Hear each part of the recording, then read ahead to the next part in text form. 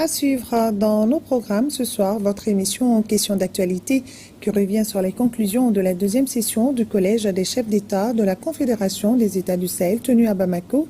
Sidi Dombélé et ses invités, des analystes, décryptent les recommandations du Collège et les enjeux de la présidence burkinabé. Je vous propose de suivre un extrait de ce débat.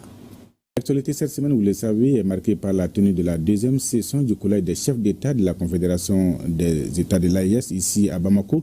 C'était le 23 décembre dernier au CICB. Alors, comment appréciez-vous ce bilan d'une manière globale, Madame Diallo? Je pense qu'on est sorti de la théorie, maintenant on est en train de rentrer dans le concret. Entre la session de Niamey et la session de Bamako, nous avons pu voir une reconnaissance véritable de l'AES, une plus grande visibilité, avec, comme je l'ai dit, une reconnaissance politique et institutionnelle. Au niveau sécuritaire, au niveau du protocole, on a vu tous les efforts qui ont été faits. Donc de façon générale, je pense que l'AES aujourd'hui, c'est un nouvel espace, c'est une nouvelle façon de faire, c'est une nouvelle vision, c'est une nouvelle stratégie et c'est l'expression de la souveraineté.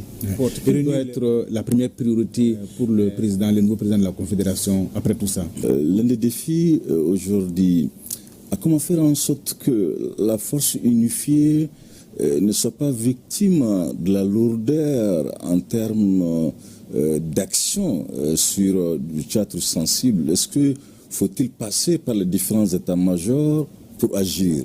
Un autre défi qui attend le président Traoré, c'est comment faire en sorte qu'aujourd'hui les populations puissent continuer davantage à fournir le renseignement humain. On se rend compte? Qu'est-ce qu'il y a? L'enjeu principal, pour moi, c'est la capacité. Pardon? Ça sera jugé à l'aune de la capacité de transformer le soutien populaire qu'il y a dans les trois pays en une participation citoyenne. Et ceci ne peut pas se faire si on ne renforce pas la communication autour de l'État.